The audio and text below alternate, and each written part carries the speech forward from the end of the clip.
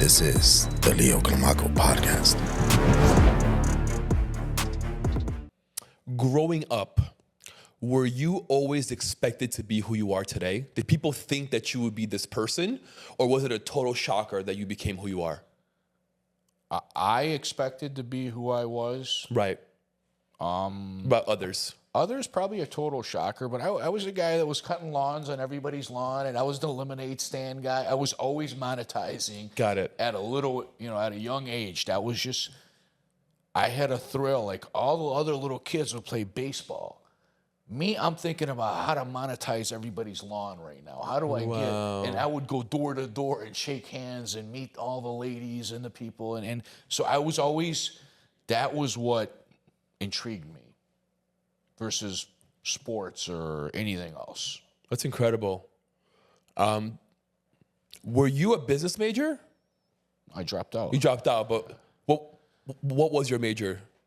I only started like one semester.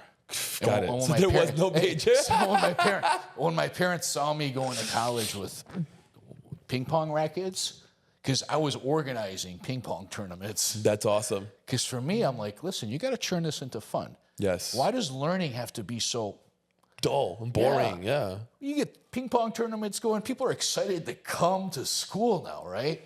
So that's great. When they saw that I was having way too much fun with it, they're like, no, we're not going to support this anymore. we're done with this. We believe that you should be a businessman. Really? Yeah. So they kind of pushed me. That's incredible. Good parents to see that and pinpoint that and guide you the right way.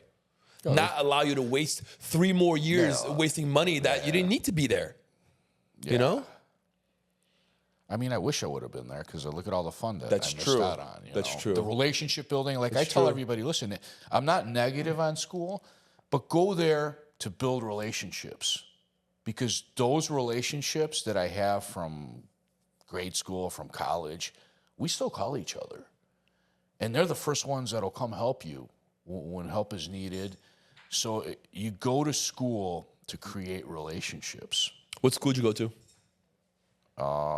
Which one? I mean, college? The college, yeah. Macomb. It's a community college in Michigan? Michigan, yeah. Yep.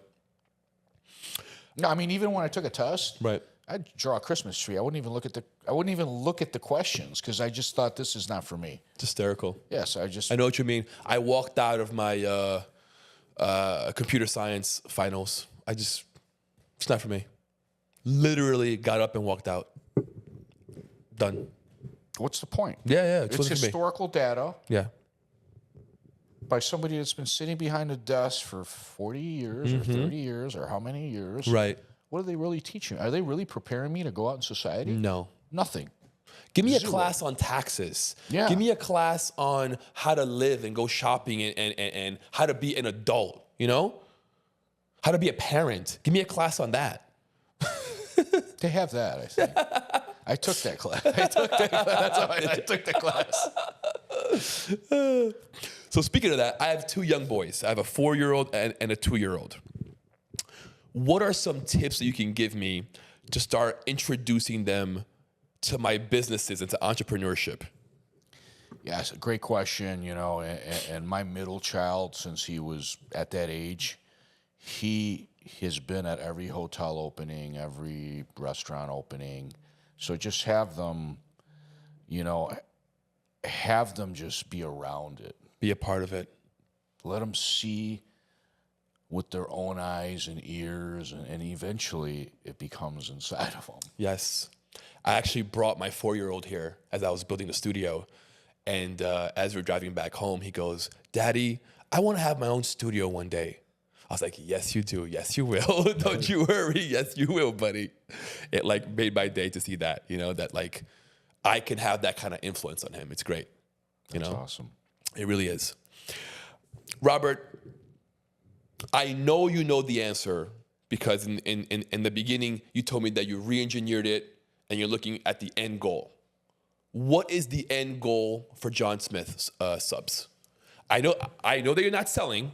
I don't mean that being the end goal. I mean, where do you want this company to be? How do you want this company to be viewed? Where do you see yourself in 5, 10, 15 years? Well, I want to be the number one sandwich chain globally. You know, that's the end goal. I want the company to grow globally and put as many people into the entrepreneurship seat as possible. You know, that's the end goal, because that makes the company stronger than ever. And if I can lead the pack, that becomes a self-gratification that no dollar can ever succumb. That's incredible. And you know what? You're going to do it. Just from what you're telling me, you are such a driven human being. I don't see anything stopping you. Like, I just see you being able to envision it, think it, and create it. You know, almost like automatic manifestation. It's not that easy, but... No, I understand. But you've built an energy and aura around you that it's not that hard either. No. Would you agree with that? No. You have to have the drive. For sure. You have to have the aura and the energy. Yes, 100%. You know, so sometimes I tell everybody, people, places, and patterns create opportunity. So if things are not happening for you, it's because you're always around the same people. Yeah. You're doing the same patterns. You're going to the same places. So why do you expect a new outcome? This is why every 2 days I'm on an airplane shocking my system with different people, different places, different patterns. So life is moving quicker and getting me to the end goal of where I need to be. You kind of got to help the universe as well. But if you sit there and do the same things with the same people at the same places, why would you expect a different outcome? It's going to give you the same outcome in life, because that's how life is. Opportunity comes when you didn't expect it. Right. When you did something you weren't expecting to go to or be around. So when you know that formula, like I take it to extreme levels with that formula. Like I play with that formula. Like I sit there and slap it around. I can tell. That formula's afraid of me. You're very friendly with it. Why do you think so many people are stuck and aren't able to do what you do, what we do? It's comfort zone. It's doing what they were taught. You know, so they were taught, hey, you work and you retire at so-and-so. Right. You know, it's they have ceilings. I really can't, I could not picture myself doing something like this. How would I do it? Or me now, there's no ceiling. I've brokered $500 million deals. It's incredible. And I'm not afraid to swim in them. Right. You know, so. And that takes, you know, doing smaller deals. Yes. To get to that level. Just knowing it's all the same. It's just a matter of preparing for the time when it comes, being ready for that opportunity. If you're not ready for the opportunity, and then also understanding you may not be ready for the opportunity, but if you don't take it when it comes, it's not coming back. Yeah. So now I grab everything. It's like a net. I just throw the net, and then, you know, I bring it in, and because there's times How does your wife feel about that? Everybody in the house has learned that this is how Robert is. So they're like, all right, we know we're going to have to come in and back him up right now. Yes, He's Dad's putting going more fishing. on our plate right now. He's going to put more on our plate because we know we're going to be the support team of the next thing he comes up with. That's incredible.